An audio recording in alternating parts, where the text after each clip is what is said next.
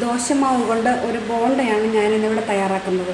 അതിന് ഞാനിവിടെ 1 കപ്പ് ദോശമാവ് എടുത്തിട്ടുണ്ട്.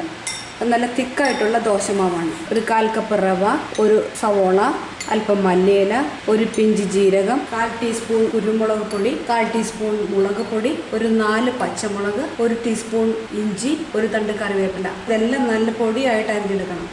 ആവശ്യത്തിന് ഉപ്പ്. ഇതെല്ലാം കൂടെ നന്നായിട്ട് മിക്സ് ചെയ്തെടുക്കണം. ഇനി അതെങ്ങനെ ചെയ്യുന്നത് നമുക്ക്. 1/4 കപ്പ് റവ,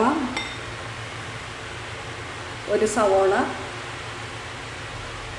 അല്പം മല്ലിയില, ഒരു 4 പച്ചമുളക്, 1 ടീസ്പൂൺ ഇഞ്ചി, ഒരു തണ്ട് കറിവേപ്പില, ഒരു പിഞ്ച് ജീരകം, 1/4 ടീസ്പൂൺ കുരുമുളക് പൊടി, 1/4 ടീസ്പൂൺ മുളക് പൊടി, ആവശ്യത്തിന് ഉപ്പ്.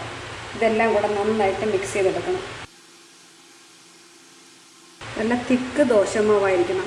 ഈ ദോശമാവല്ല ഇഡലി മാവാണെങ്കിലും നമുക്കിതിന് ഉപയോഗിക്കാവുന്നതാണ്. ഇനി നന്നായിട്ട് കുഴച്ചെടുക്കുക. നന്നായിട്ട് കുഴച്ചതിന് ശേഷം ഒരു 10 മിനിറ്റ് അതൊന്ന് റെസ്റ്റ് ചെയ്യാൻ വയ്ക്കണം.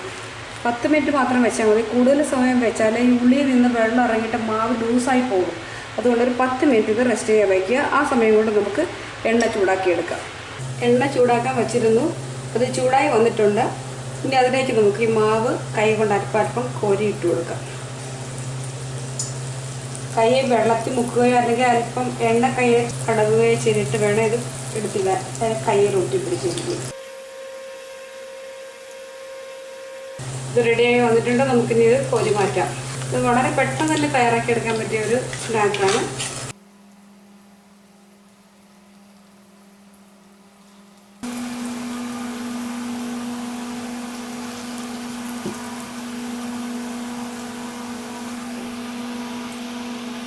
അകം നല്ല സോഫ്റ്റും പുറം നല്ല ക്രിസ്പി ആയിട്ടുള്ള ദോശമാവ് കൊണ്ടുണ്ടാക്കിയ ബോണ്ട ഇവിടെ റെഡി ആയിട്ടുണ്ട്.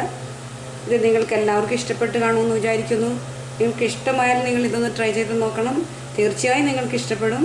Thank you for watching. അതുപോലെ തന്നെ ലൈക്ക് ചെയ്യാനും സബ്സ്ക്രൈബ് ചെയ്യാനും മറക്കരുത്.